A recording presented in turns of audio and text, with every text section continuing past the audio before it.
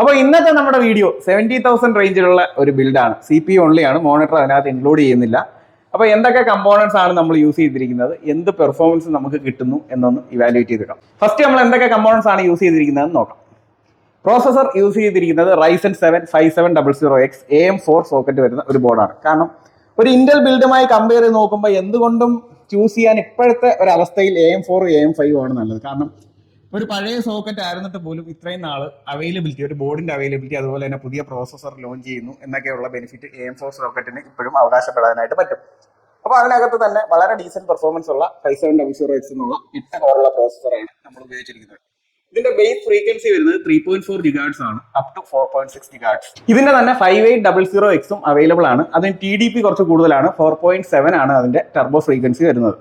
രണ്ട് പ്രോസസറിനും stock cooler കൂടെ വരുന്നില്ല, സെപ്പറേറ്റ് ഒരു കൂളിംഗ് സൊല്യൂഷൻ നമ്മൾ വാങ്ങിക്കേണ്ടി വരും. സ്റ്റോക്ക് കൂളർ കൂടെ വരാത്തത് എന്തുകൊണ്ടും നന്നായി, കാരണം ഈ ഒരു പ്രോസസറിനെ കൂൾ ചെയ്ത് നിർത്താൻ അത്യാവശ്യം നല്ലൊരു കൂളിംഗ് സൊല്യൂഷൻ തന്നെ വേണ്ടി വരും. നമുക്ക് വലിയ കോസ്റ്റ് ഇല്ലാതെ ഒരു 3000 റുപ്പീസിലൊക്കെ റേഞ്ചിലുള്ള ഡീപ് കൂളിന്റെ AG400 ആണ് ഇപ്പം നമ്മൾ സെലക്ട് ചെയ്തിട്ടുള്ളത്. അതിന്റെ ഡീറ്റെയിൽസ് നമുക്ക് പിന്നീട് പറയാം.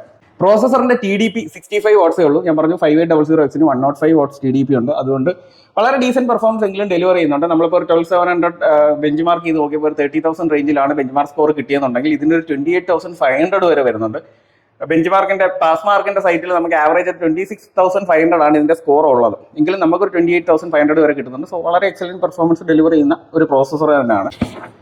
ഇനി കൂളിംഗ് സൊല്യൂഷൻ യൂസ് ചെയ്തിരിക്കുന്നത് ഡീപ് കൂളിന്റെ AG400. ഇതൊരു സിംഗിൾ ടവർ എയർ കൂളറാണ്. ഇതിനകത്ത് ഒരു ഇന്റഗ്രേറ്റഡ് ടെമ്പറേച്ചർ ഡിസ്പ്ലേയും വരുന്നുണ്ട്. അത് വളരെ യൂസ്ഫുൾ ആയിട്ടുള്ള ഒരു ഫീച്ചറാണ്. കാരണം പീക്ക് ടെമ്പറേച്ചേഴ്സ് അതുപോലെ തന്നെ സിസ്റ്റം ലോഡ് എത്രയൊക്കെ ഉണ്ടെന്ന് നമുക്ക് ഡീപ് കൂളിന്റെ സോഫ്റ്റ്വെയർ ഉപയോഗിച്ച് തന്നെ ഇതിനകത്ത് ഡിസ്പ്ലേ ചെയ്യാനായിട്ട് പറ്റും. ഇത് ഒരു 200 വാട്ട്സ് TDP സപ്പോർട്ട് ചെയ്യും എന്ന് പറയുന്നുണ്ടെങ്കിലും ഒരു 65 വാട്ട്സ് ടു 80 വാട്ട്സ് TDP ഉള്ള പ്രോസസറിനെ ഒരു 82 ഡിഗ്രി മാക്സിമത്തിൽ നിർത്താനായിട്ട് ഇതിന് പറ്റും. കാരണം നമ്മൾ ഇതിനെ വളരെ എക്സ്ട്രീം കണ്ടീഷൻസിൽ ടെസ്റ്റ് ചെയ്തപ്പോൾ പോലും റൂം ടെമ്പറേച്ചർ വിത്തൗട്ട് AC-യിൽ നമുക്കൊരു 82 ഡിഗ്രിയൊക്കെയാണ് മാക്സിമം വന്നിട്ടുള്ളത്. AC ഉള്ള റൂമിൽ ഒരു 76-77 ഡിഗ്രിയും വന്നിട്ടുണ്ട്. സോ അതുകൊണ്ട് ഇതിനകത്ത് ഒരു സിംഗിൾ ടവർ എയർ കൂളർ ഈ ഒരു പ്രോസസറിന് വളരെ ആപ്റ്റ് ആയിട്ടുള്ള ഒരെണ്ണമാണ്. ഇനി നിങ്ങൾ 5800 ആണ് വെക്കുന്നതെന്നുണ്ടെങ്കിൽ ഇതിന്റെ ഡുവൽ എയർ ടവർ കൂളർ വെക്കുക. അല്ലെന്നുണ്ടെങ്കിൽ നിങ്ങൾക്ക് ഒരു 240 mm AA-യിലേക്ക് പോകാം. അതിന് ആവറേജ് കോസ്റ്റ് വരുന്നതെന്ന് വെച്ച് കഴിഞ്ഞാൽ ഒരു 6000 റേഞ്ചിലാണ് നല്ലൊരു കൂളറിന് വരുന്നത്. എപ്പോഴും എയർ കൂളർ ആയാലും AO ആയാലും സെലക്ട് ചെയ്യുമ്പോൾ അതിന്റെ മാക്സിമം TDP സപ്പോർട്ട് എത്ര ഉണ്ടെന്ന് നോക്കുന്നത് വളരെ നല്ലതാണ്. ഇതിനകത്ത് ഡീപ് കൂളിന്റെ തന്നെ ഒരു തെർമൽ പേസ്റ്റും വന്നിട്ടുണ്ട്. അതും വളരെ നല്ല കണ്ടക്ടിവിറ്റി തരുന്നുണ്ട്. ടെമ്പറേച്ചേഴ്സ് നമുക്ക് പീക്ക് ഞാൻ പറഞ്ഞു ഒരു 82 ഡിഗ്രി വരെ മാക്സിമം കിട്ടുന്നുണ്ട്. Mother board B550M DS3H AC wifi ഉള്ള ഒരു മദർ ബോർഡാണ്. B550 ചിപ്സെറ്റ് ആണ്. പ്രൈസ് റേഞ്ച് ഏകദേശം 9,500 രൂപ വരുന്നുണ്ട്. പക്ഷെ 9,500 രൂപ കൊടുക്കുമ്പോൾ അത്രത്തോളം ഒരു വലിയ ഫീച്ചേഴ്സ് നമുക്ക് കിട്ടുന്നുണ്ടോ എന്ന് ചോദിച്ചു കഴിഞ്ഞാൽ ഞാൻ പറയില്ല. കാരണം ഇത് 550 ചിപ്സെറ്റ് ആയതുകൊണ്ട് തന്നെ Gen 4 കണക്ടിവിറ്റി നമുക്കുണ്ട്. GPU-നും ഒരു SSD-ക്കും. CPU ലൈനിൽ ഡയറക്റ്റ് കണക്റ്റഡ് ആയിട്ടുള്ള SSD 4 line connectivity Gen 4 offer ചെയ്യുന്നുണ്ട്. സെക്കൻഡ് നമുക്ക് Gen 3 ആണ് ഓഫർ ചെയ്യുന്നത് സെക്കൻഡ് സ്ലോട്ടിൽ. VRM സൈഡ് നോക്കുകയാണെന്നുണ്ടെങ്കിൽ CPU-ന്റെ VRMസിന് മാത്രമേ ഒരു കൂളിംഗ് കൊടുത്തിട്ടുള്ളൂ. ബാക്കി SOC-യുടെ തന്നെ ഒന്നും കൊടുത്തിട്ടില്ല. പിന്നെ അതുപോലെ തന്നെ Type C എന്ന് പറഞ്ഞ ഫീച്ചർ മിസ്സിംഗ് ആണ്. അതൊക്കെ AM5 ബോർഡ് നോക്കുമ്പോൾ AM5-നകത്തൊക്കെ കുറഞ്ഞ ബോർഡുകളിൽ പോലും വരുന്ന കാര്യങ്ങളാണ്. പിന്നെ നോക്കുകയാണെന്നുണ്ടെങ്കിൽ USB ഹെഡർ ഒരെണ്ണം മാത്രമേ ഉള്ളൂ. സോ ഫാൻ എന്ന് പറയുന്നത് AG400 എന്ന് പറയുന്നത് ഒരു USB-യിൽ കണക്ട് ചെയ്താണ് ടെമ്പറേച്ചർ എല്ലാം റീഡ് ചെയ്യുന്നത്. അപ്പോൾ പിന്നെ ക്യാബിന്റെ ഫ്രണ്ടിലേക്ക് കണക്ട് ചെയ്യണമെന്നുണ്ടെങ്കിൽ നിങ്ങൾക്ക് ആ ഒരു സിംഗിൾ ഹെഡറിനെ രണ്ടാക്കുന്ന ഒരു സ്പ്ലിറ്റർ കൂടെ വേണ്ടി വരും. ഇത്രയാണ് മദർ ബോർഡിന്റെ ഡീറ്റെയിൽസ്. പിന്നെ അതുപോലെ തന്നെ SSD-ക്ക് വേറെ ഹീറ്റ് സിങ്കോ കാര്യങ്ങളോ ഒന്നുമില്ല. നിങ്ങളൊരു Gen 4 5000 MB/s ഉള്ള SSD യൂസ് ചെയ്യുകയാണെന്നുണ്ടെങ്കിൽ ഒരു 61 ഡിഗ്രി പീക്ക് റീഡ് റേറ്റ് സ്പീഡിലുള്ള ടെമ്പറേച്ചർ നിങ്ങൾക്ക് കിട്ടും. പക്ഷേ 7300 പോലുള്ള ഹൈ സ്പീഡ് SSDs ഒന്നും യൂസ് ചെയ്യാൻ ഞാൻ റെക്കമെൻഡ് ചെയ്യുന്നില്ല. കാരണം ഹീറ്റ് സിങ്ക് വരുന്ന മദർ ബോർഡുകൾ മാത്രം അതിന് പ്രിഫർ ചെയ്താൽ മതി എന്നാണ് എൻ്റെ ഒരു അനുഭവം. Next component memory. Acer Predator DDR4 Apollo DDR4 RGB മെമ്മറിയാണ് നമ്മൾ ഉപയോഗിച്ചിരിക്കുന്നത്. ARGB സിങ്ക് എല്ലാം സപ്പോർട്ട് ചെയ്യുന്ന ഒരു മെമ്മറിയാണ്. കോസ്റ്റ് വരുന്നത് 5,500 രൂപ വരും. നോർമലി ഒരു 8GB മെമ്മറിയുടെ കോസ്റ്റ് 3200. ഇതൊന്നും ഇല്ലാത്തതിന് ഒരു 1,500 രൂപ കോസ്റ്റ് വരുമ്പോൾ ഈ രണ്ട് 8GB സ്റ്റിക്കിന്, അതായത് 16GB ഡുവൽ ചാനൽ മൊഡ്യൂളിൽ വർക്ക് ചെയ്യുന്ന ഈ ഹൈ പെർഫോമൻസ് മെമ്മറിക്ക് 5,500 റുപ്പീസ് കോസ്റ്റ് വരും. പെർഫോമൻസിൽ കാര്യമായിട്ടുള്ള ഇമ്പ്രൂവ്മെന്റ് ഉണ്ട്. പ്രോസസറിന്റെ ഉൾപ്പെടെ ബെഞ്ച് മാർക്ക് സ്കോറുകളിൽ മെമ്മറി സ്പീഡ് കാര്യമായി സ്വാധീനിക്കും. മദർ ബോർഡ് നമുക്ക് 4600 വരെ OC പ്രൊഫൈൽ സപ്പോർട്ട് ചെയ്യുന്ന മദർ ബോർഡാണ്. നമ്മളിപ്പോൾ 3600 മാത്രമേ ഇട്ടിട്ടുള്ളൂ. യാതൊരു തലവേദന ഇല്ലാതെ നിങ്ങൾക്ക് സിസ്റ്റത്തിന്റെ ബയോസിൽ കയറി മെമ്മറി പ്രൊഫൈൽ മാറ്റാം. 3600-ൽ വർക്ക് ചെയ്യും. വളരെ സ്റ്റേബിൾ ആണ്. കാണാനും വളരെ അപ്പീലിംഗ് ആയിട്ടുള്ള മെമ്മറിയാണ്. നമ്മുടെ സിസ്റ്റത്തിൽ നോക്കിയാൽ തന്നെ അറിയാം. നല്ല RGB ഒക്കെ ഉണ്ട്. ഇപ്പോൾ പലർക്കും വേണ്ടുന്ന സാധനമാണ് RGB. അതെല്ലാം വളരെ വാരിക്കോരി കൊടുത്തിട്ടുണ്ട്. ഇച്ചിരി പ്രൈസ് കൂടുതലാണെന്നേ ഉള്ളൂ. നിങ്ങൾ ഈ ഒരു മെമ്മറിയിൽ ഇൻവെസ്റ്റ് ചെയ്യുന്നത് നിങ്ങൾക്ക് യാതൊരു വിഷമവും വേണ്ട. പെർഫോമൻസ് അതിൻ്റെ ഈക്വലായിട്ട് നിങ്ങൾക്ക് കിട്ടുകയും ചെയ്യും. ഇനി നെക്സ്റ്റ് സ്റ്റോറേജിലേക്ക് വന്നു കഴിഞ്ഞാൽ നമ്മളിപ്പോൾ യൂസ് ചെയ്തിട്ടുള്ളത് ജിഗാബൈറ്റ് ഓറസിന്റെ Gen 4 500 GB രണ്ടെണ്ണമാണ്. ഈ രണ്ടെണ്ണം എന്തിനു യൂസ് ചെയ്തെന്ന് ചോദിച്ചാൽ 1 TB സ്റ്റോക്ക് ഇല്ലാത്തതുകൊണ്ടാണ്. അതുകൊണ്ടാണ് രണ്ട് 500 GB എടുത്തിട്ടത്. ഒരെണ്ണം Gen 4 4 ലൈൻ കണക്ടിവിറ്റിയിൽ വർക്ക് ചെയ്യും, ഒരെണ്ണം Gen 3 2 ലൈൻ കണക്ടിവിറ്റിയിലും വർക്ക് ചെയ്യും. ബട്ട് റെക്കമെൻഡഡ് ഒരു സിംഗിൾ 1 TB നിങ്ങളൊരു 5000 MB/s വരുന്ന മാക്സിമം അവിടം വരെ ഉള്ളതായിരിക്കും സേഫ്. അല്ലെന്നുണ്ടെങ്കിൽ നിങ്ങളൊരു എക്സ്ട്രാ ഹീറ്റ് സിങ്ക് നിങ്ങൾക്ക് ഫിറ്റ് ചെയ്യാൻ പറ്റിയാൽ 7300 MB/s യൂസ് ചെയ്യാം. എന്നിട്ട് സെക്കൻഡ് സ്ലോട്ടിൽ നിങ്ങൾക്ക് Gen 3 വില കുറഞ്ഞ ഒരെണ്ണം പിടിച്ചിട്ട് സഫീഷ്യന്റ് സ്റ്റോറേജ് ആയി. ഞാനിപ്പോൾ പറയുന്നതെന്ന് വെച്ച് കഴിഞ്ഞാൽ ഒരു 2 TB എങ്കിലും ഇല്ലാതെ ഒരു ഗെയിമറിനോ എഡിറ്ററിനോ മുന്നോട്ട് പോകാൻ പറ്റാത്ത ഒരു കാലമായി.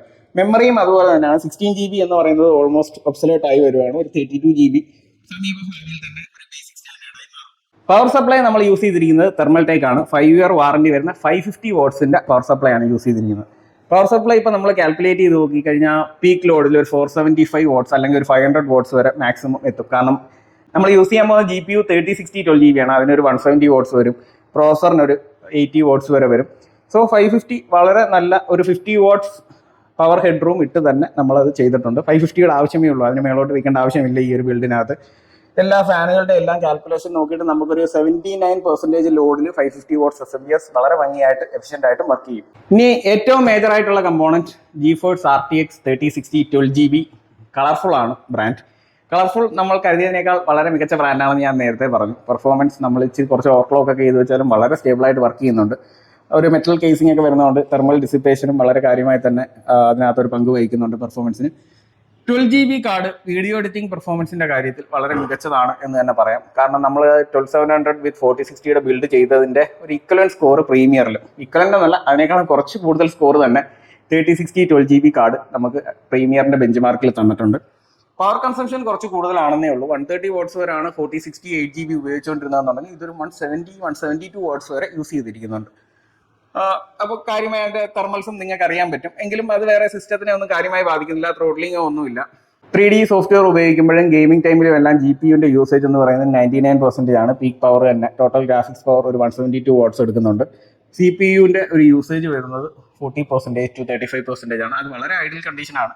വേറെ ബോട്ടിൽ നെക്കിങ്ങോ കാര്യങ്ങളോ ഒന്നുമില്ല, സ്റ്റട്ടറിങ്ങോ കാര്യങ്ങളോ ഒന്നും മേജർ ഗെയിംസിനകത്തൊന്നും വന്നിട്ടില്ല. പിന്നെ ഒരു ഗെയിമറുടെ പെർസ്പെക്റ്റീവിൽ നിന്ന് നോക്കുമ്പോൾ എന്തുകൊണ്ടും 4060യിലേക്ക് പോകാൻ ഞാൻ പറയും. കാരണം DLSS 3 പോലുള്ള കാര്യങ്ങൾ ചില ഗെയിമുകളിൽ മിസ് ചെയ്യും. അത് ഗെയിമിന്റെ ക്വാളിറ്റി. അതിപ്പോൾ DLSS ഉപയോഗിച്ച് കളിച്ചിട്ടുള്ള ഒരാൾക്ക് ചിലപ്പം ആ ഒരു ഗെയിം DLSS ഇല്ലാതെ കളിക്കുമ്പോൾ അതിന്റെ ഒരു ക്വാളിറ്റി ഡിഫറൻസ് ഫീൽ ചെയ്യും, FPS ഡ്രോപ്പ് മനസ്സിലാവും. അങ്ങനെ ഉണ്ടെങ്കിൽ മാത്രം നിങ്ങൾ 4060യിലേക്ക് പോകുന്നതായിരിക്കും നല്ലത്. ഇനി ക്യാബിനറ്റിന്റെ കാര്യം പറയാം. ക്യാബിനറ്റ് നമ്മൾ യൂസ് ചെയ്തിരിക്കുന്നത് ഒരു 3500 വരുന്ന ആൻറ്റി സ്പോട്ടിന്റെ ICE 112 എന്ന് പറഞ്ഞ ഒരു ക്യാബിനാണ്. 3 RGB ഫാനുകളാണ് ഫ്രണ്ടിലുള്ളത്. ഒരു RGB ഫാൻ എക്സോസ്റ്റിനും യൂസ് ചെയ്തിട്ടുണ്ട്. വളരെ സഫീഷ്യൻ്റ് ആയിട്ടുള്ള എയർ ഫ്ലോ കിട്ടുന്നുണ്ട്. പോസിറ്റീവ് എയർ പ്രഷർ മെയിൻറ്റെയിൻ ചെയ്യാൻ പറ്റുന്ന രീതിയിലാണ് അവർ ഫാൻ്റെ പ്ലേസ്മെന്റ് എല്ലാം തരുന്നത്. നമ്മളിപ്പോൾ എയർ കൂളറാണ് യൂസ് ചെയ്തിരിക്കുന്നത്. CPUവിന് വേറെ ഓവർ ടെമ്പറേച്ചേഴ്സോ കാര്യങ്ങളോ ഒന്നുമില്ല. GPU വളരെ നൈസ് ആയിട്ടുള്ള ടെമ്പറേച്ചറിൽ തന്നെ വർക്ക് ചെയ്യുന്നുണ്ട്. ഇപ്പം ബേസിക് ക്യാബിൻ ആണെന്നുണ്ടെങ്കിൽ ഇതിന്റെ ആവശ്യമേ ഉള്ളൂ. നമ്മൾ വെറുതെ ബഡ്ജറ്റ് കൂട്ടി പോകണ്ട എന്ന് കരുതിയാണ് ICE 112 സെലക്ട് ചെയ്തത്. ബ്ലാക്ക് ആണ് കളർ. നെക്സ്റ്റ് നമ്മൾ പ്രീമിയറിൻ്റെതാണ് ബെഞ്ച് മാർക്ക് ചെയ്ത് നോക്കുന്നത്. പ്രീമിയറിന്റെ സ്കോറുകൾ എങ്ങനെ ഉണ്ടെന്ന് നോക്കാം. നമുക്ക് കമ്പാരിസൺ ചാർട്ടും അതേപോലെ തന്നെ നോക്കാം. ഈ ഒരു ടെസ്റ്റ് ചെയ്ത് നോക്കിക്കഴിഞ്ഞാൽ പിന്നെ നമുക്ക് എഡിറ്റിംഗ് പെർഫോമൻസിലൊന്നും കൺഫ്യൂഷൻസിന്റെ ആവശ്യമില്ല. എന്താണ് നിങ്ങൾക്ക് കിട്ടുന്ന എഡിറ്റിംഗ് പെർഫോമൻസ് എന്ന് വളരെ ക്ലിയർ ആയി ലൈവായിട്ട് നിങ്ങൾക്ക് കാണാനായിട്ട് പറ്റും. CPU ടെമ്പറേച്ചറൊക്കെ 77 എത്തിയിട്ടുണ്ട്. CPU ഇൻറ്റൻസീവ് പ്രോസസ്സിംഗ് ആണ് എൻകോഡിംഗ് എന്ന് പറയുന്നത്. ഇതിപ്പോൾ നമ്മളെ റൂമിൽ AC ഓഫ് ആണ് കേട്ടോ. AC നമ്മൾ ഓഫ് ചെയ്തിട്ട് കുറേ സമയമായി. മാക്സിമം നമ്മളെ CPU എത്തിയിരുന്ന ടെമ്പറേച്ചർ എന്ന് പറയുന്നത് 77 തന്നെയാണ്. ഈ ഒരു 5700Xന് ഉറപ്പായിട്ടും റൺ ചെയ്യാനായിട്ട് ഒരു സിംഗിൾ ടവർ എയർ കൂളർ തന്നെ മതിയാവും. പ്രീമിയറിന്റെ റിസൾട്ടും വന്നു. 8707 ആണ് നമ്മുടെ ഈ ഒരു മെഷീന് സ്കോർ കിട്ടിയിരിക്കുന്നത്. നമ്മൾ നമ്മുടെ പ്രീവിയസ് ബിൽഡ് i7 വിത്ത് 4060യുടെ ഒരു വീഡിയോ ഇട്ടിരുന്നു. നമുക്ക് ലൈവ് റിസൾട്ട് ആയിട്ടൊന്ന് കമ്പയർ ചെയ്ത് നോക്കാം. ഇതാണ് ആ സിസ്റ്റം. നമ്മൾ അന്ന് ബെഞ്ച് മാർക്ക് ചെയ്തത് 8675 ആണ് കിട്ടിയിരിക്കുന്ന സ്കോർ. അപ്പം ഒരു 12GB 3060ക്ക് എന്തുമാത്രം ചേഞ്ച് വരുത്താൻ പറ്റും എന്നുള്ളത് നമ്മൾ ലൈവായിട്ട് ഇവിടെ കണ്ടു. നമ്മൾ i7 ബിൽഡ് ചെയ്തത് 32GB റാം, DDR5 ആണ്, 5200 MHz. നമ്മുടെ ഈ സിസ്റ്റം 16GB DDR4 3600 MHz ആണ്. പ്രോസസ്സർ അത് i7 12700, ഇത് 5700X. ഗ്രാഫിക് കാർഡ് അത് 8GB RTX 4060. അടുത്തത് നമ്മൾ ചെക്ക് ചെയ്യാൻ പോകുന്നത് ഡാവിഞ്ചി റിസോൾവ് ആണ്. ഏറ്റവും ലേറ്റസ്റ്റ് എഡിഷൻ തന്നെ 19 ഇട്ടിട്ടുണ്ട്. അതിൻ്റെ സ്കോർ എങ്ങനെയുണ്ടെന്ന് നോക്കാം. അടുത്തത് കംപ്ലീറ്റ് GPU എഫക്ട്സ് ആണ്. GPUവിൻ്റെ റിലേറ്റഡ് ടെസ്റ്റുകളാണ് ഡാവിഞ്ചി ചെയ്തുകൊണ്ടിരിക്കുന്നത്. CPU യൂസേജ് നമുക്ക് മുകളിൽ കാണാം, 94% ഒക്കെയാണ്. 143 വാട്ട്സ് യൂസ് ചെയ്യുന്നുണ്ട്.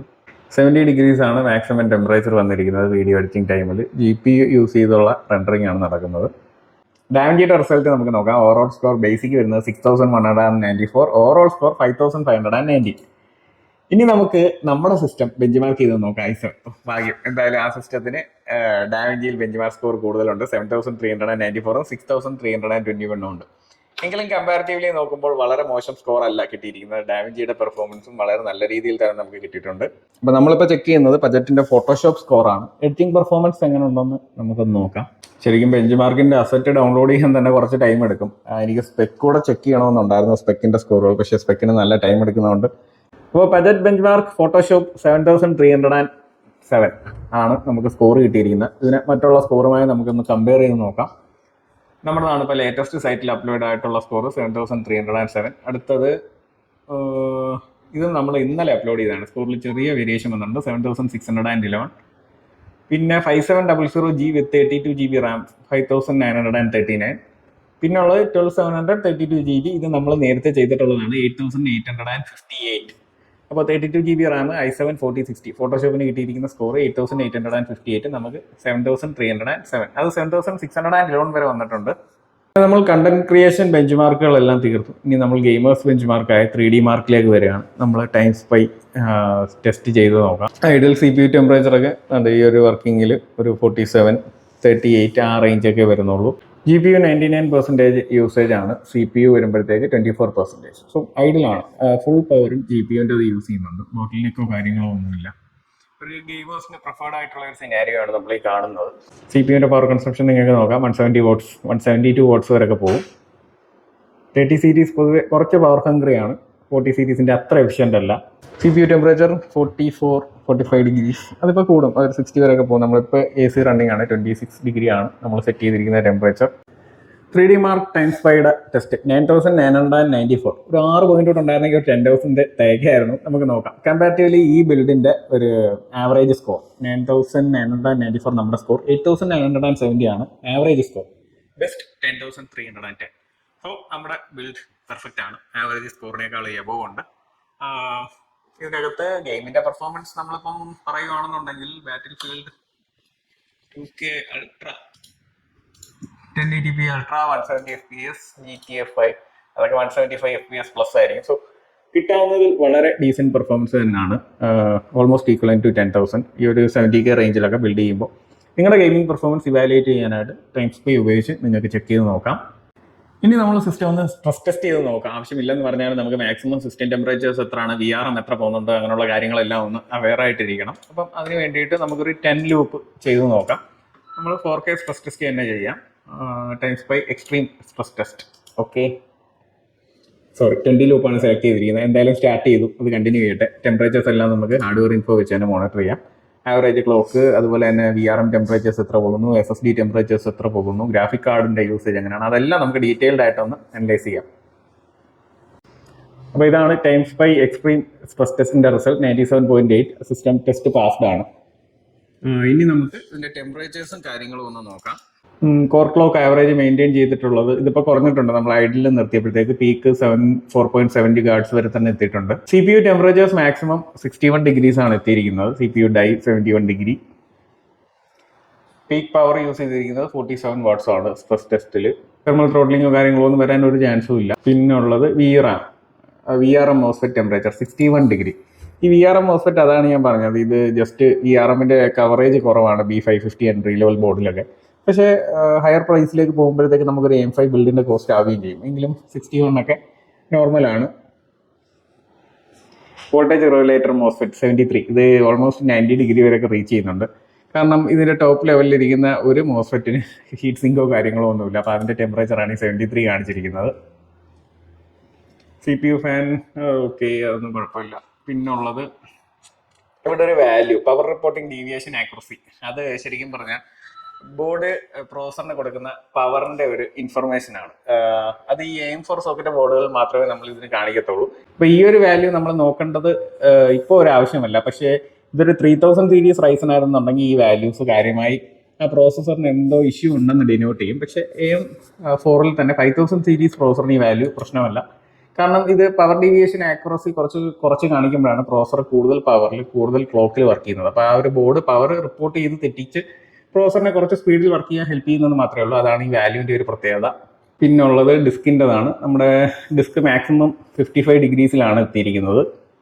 നമ്മൾ 2 ഡിസ്ക് യൂസ് ചെയ്തിട്ടുണ്ട്. രണ്ടും 50 to 55. ഓക്കെ, വളരെ നോർമൽ ടെമ്പറേച്ചർ റേഞ്ച് തന്നെയാണ്. ഇനി RTX 3060 നമുക്ക് 170 വാട്ട്സ് പീക്ക് പവർ എടുത്തിട്ടുണ്ട്. അതുപോലെ തന്നെ തെർമൽ ലിമിറ്റ് 90ലാണ് നമ്മൾ സെറ്റ് ചെയ്ത് വെച്ചിരിക്കുന്നത്. Hotspot temperature 84 degree, normal GPU temperature 72 degree. അതൊക്കെ വളരെ നോർമലാണ്. നമ്മൾ 90 ഡിഗ്രിയിലാണ് MSI ആഫ്റ്റർ ബർണർ വെച്ച് പവർ സെറ്റ് ചെയ്ത് വെച്ചിരിക്കുന്നത്. 86ൽ നിന്ന് നമ്മൾ 90 ആക്കി വെച്ചിട്ടുണ്ട്. ടോട്ടൽ GPU പവർ 101% തന്നെ ഉപയോഗിച്ചിട്ടുണ്ട് TDPയുടെ. സോ ഓവറോൾ നോക്കുകയാണെന്നുണ്ടെങ്കിൽ സിസ്റ്റത്തിന് വേറെ യാതൊരു ഇഷ്യൂസും ഇല്ല. അബ്നോർമൽ ടെമ്പറേച്ചേഴ്സോ റീഡിങ്സോ ഒന്നും തന്നെ ഇല്ല. ഒരു പെർഫെക്റ്റ് വാല്യൂസ് തന്നെയാണ് സിസ്റ്റം പോയിരിക്കുന്നതെല്ലാം. നമ്മൾ ഇതുവരെ പാസ് മാർക്ക് ചെക്ക് ചെയ്തിട്ടില്ലായിരുന്നു. അപ്പോൾ പാസ് മാർക്കിൻ്റെയും കൂടെ നമുക്കൊന്ന് നോക്കാം വാല്യൂസ് എങ്ങനെ ഉണ്ടെന്ന്. CPU GPU എല്ലാം ആവറേജ്, എബോവ് ആവറേജ് കിട്ടുന്നുണ്ടോ എന്നുള്ളതാണ് നമ്മൾ ചെക്ക് ചെയ്യേണ്ടത്. ബിലോ ആവറേജ് ആണെന്നുണ്ടെങ്കിൽ എവിടെയോ നമുക്കൊരു ഹിക്കപ്സ് വന്നിട്ടുണ്ട്. അത് ടെമ്പറേച്ചറിലായിരിക്കാം, പവറിലായിരിക്കാം. അപ്പോൾ അതൊന്ന് റിസോൾവ് ചെയ്യാം. ഈ വാല്യൂസ് നമ്മളൊന്ന് കമ്പയർ ചെയ്ത് നോക്കിയിട്ട്, അതായത് ഈക്വലൻറ്റ് CPU വേറെ ആവറേജ് സ്കോറുകൾ വന്നിട്ടുള്ളത് അതിനേക്കാൾ കുറച്ചാണ് കിട്ടുന്നതെന്നുണ്ടെങ്കിൽ നമ്മളത് റെക്ടിഫൈ ചെയ്യാനായിട്ട് ആക്ഷൻ എടുക്കുക. അല്ലെന്നുണ്ടെങ്കിൽ നമ്മുടെ ബിൽഡ് ഇങ്ങനെ ഇരിക്കും, പെർഫോമൻസ് നമുക്ക് കിട്ടില്ല എന്നുള്ളതാണ്. അപ്പോൾ 3D മാർക്കിൻ്റെ റിസൾട്ടും വന്നു. 28,895 2D graphics score 1141. 3D graphics score close to 19,000 ആണ്. നമുക്ക് 3060 12GB ഒരു ആവറേജ് സ്കോർ എന്ന് പറയുന്നത് ഇൻ ബിറ്റ്വീൻ 16,000 to 17,000 ആണ്. പക്ഷേ അതിനേക്കാൾ ബെറ്റർ സ്കോർ തന്നെ കിട്ടിയിട്ടുണ്ട്, 19,000. ലൂമിയോണൊക്കെ വർക്ക് ചെയ്യാൻ പറ്റുമോ എന്ന് ചോദിച്ചു കഴിഞ്ഞാൽ ലൂമിയോന്റെ ടോപ്പ് ആൻഡ് റിക്വയർമെന്റ് ഡിമാൻഡ് ചെയ്യുന്നത് 22,000 ആണ്. ഒരു ഇന്റർമീഡിയറ്റ് ലെവൽ വളരെ സുന്ദരമായി തന്നെ വർക്ക് ചെയ്യാം. Memory mark 16GB dual channel മോഡിൽ ഓടുന്ന 3600 MHz മെമ്മറിയാണ്. വളരെ ഡീസൻറ്റ് സ്കോർ തന്നെയാണ്. ഡിസ്ക് നമുക്ക് 25,000 ആണ് കിട്ടിയിരിക്കുന്നത്. സോ അത് വേരി ചെയ്ത് നിൽക്കും. ഓവറോൾ നമുക്ക് 10,000 എബോവ് വളരെ ഡീസൻ്റ് ആയിട്ടുള്ള ഒരു പാസ് മാർക്ക് സബ്ജക്റ്റ് കിട്ടിയിട്ടുണ്ട്. ഇനി നമ്മൾ ബ്ലാക്ക് മാർക്ക് ബുക്കും ബെഞ്ച് മാർക്കാണ് ടെസ്റ്റ് ചെയ്യുന്നത്. നമ്മളിപ്പോൾ റൺ ചെയ്ത് തുടങ്ങി. ആവറേജ് FPS, ആവറേജ് അല്ല, FPS ഇപ്പോൾ കറൻ്റ്ലി 82ലാണ് നിൽക്കുന്നത്. DLSS ഈ കാർഡിൽ സപ്പോർട്ടഡ് അല്ല. DLSS 3 നമുക്ക് 3060 3050 അങ്ങനെയുള്ള കാർഡുകളിലൊന്നുമില്ല. 40 സീരീസ് കാർഡുകളിൽ മാത്രമേ ഉള്ളൂ. GPU യൂസേജ് 98% ആണ്. പീക്ക് പവർ ഇപ്പോൾ യൂട്ടിലൈസ് ചെയ്യുന്നത് 147 വാട്ട്സ്. എന്തെങ്കിലും മേജർ സ്റ്റട്ടറിങ്ങോ കാര്യങ്ങളോ ഉണ്ടോ എന്ന് വിസിബിളി നമുക്ക് ചില സമയങ്ങളിൽ അറിയാൻ പറ്റും. ഇല്ലെന്നുണ്ടെങ്കിൽ നമ്മൾ ഫൈനലി ആ ഗ്രാഫ് വരുന്നത് തന്നെ നോക്കണം. നമ്മൾ റേ ട്രേസിംഗ് ഒന്നും ഇട്ടിട്ടില്ല. റേ ട്രേസിങ്ങിൻ്റെ ആവശ്യമേ ഇല്ല 30 സീരീസ് കാർഡുകളിലൊന്നും. എനിക്ക് ഇന്നലെ ഈ പോർഷനിൽ എത്തിയപ്പോഴത്തേക്കായിരുന്നു എനിക്കൊരു സ്റ്റട്ടറിങ് കിട്ടിയത്. അത് ഈ ഷേപ്പിൽ നമുക്ക് ആ ഗ്രാഫിൽ കാണാൻ പറ്റും. ഇല്ല, വലിയ സ്റ്റട്ടേഴ്സോ കാര്യങ്ങളോ ഒന്നുമില്ല. Average FPS 79, maximum 98, minimum 60. കുറച്ച് മൈക്രോ സ്റ്റട്ടേഴ്സ് വരുന്നുണ്ട്. പക്ഷേ 40 സീരീസ് കുറച്ചുകൂടെ ബെറ്റർ ആണെന്ന് തോന്നുന്നു ഈ ഗെയിമിൽ. ഇതൊരു വീഡിയോ എഡിറ്റിംഗ് അങ്ങനെയുള്ള എല്ലാ ടാസ്കുകൾക്കും വളരെ ആപ്റ്റായിട്ടുള്ള ഒരു കാർഡാണ്. അപ്പോൾ ഇതാണ് നമ്മൾ ഹൈ സെറ്റിംഗ്സിലിട്ട് ടെസ്റ്റ് ചെയ്തപ്പോൾ ഉള്ള റിസൾട്ട്. Average 79 FPS. ഓക്കെ, അപ്പോൾ ഇനി Cyberpunk 2077 FPS നമുക്ക് 100 എബോവ് കിട്ടുന്നുണ്ട്. DLSS എനേബിൾഡ് അല്ല. റേ ട്രേസിംഗ് നമ്മൾ എനേബിൾ ചെയ്തിട്ടില്ല. ഹൈ സെറ്റിംഗ്സിലാണ് പ്ലേ ചെയ്യുന്നത്. 1% ലോ നമുക്കൊരു 70 റേഞ്ചിൽ കിട്ടുന്നുണ്ട്. എന്തായാലും 90 FPS, അതിന് മുകളിൽ നമുക്ക് കൺസിസ്റ്റൻറ്റ് FPS കിട്ടുന്നുണ്ട് Cyberpunkൽ ഹൈ സെറ്റിംഗ്സ്. അപ്പോൾ ഇത്രയാണ് ഈ PCയുടെ പെർഫോമൻസ് സംബന്ധിച്ച് പറയാനുണ്ട്. എന്തെങ്കിലും കൂടുതൽ ഡീറ്റെയിൽസ് അറിയാനുണ്ടെങ്കിൽ നിങ്ങൾക്ക് കമൻറ്റ് ചെയ്യാം. ഇതേപോലുള്ള ബിൽഡുകൾ ഇനിയും നമ്മൾ വീഡിയോ ആയിട്ട് ചെയ്യുന്നതായിരിക്കും. അപ്പോൾ അടുത്ത വീഡിയോയുമായി കാണാം. ബൈ.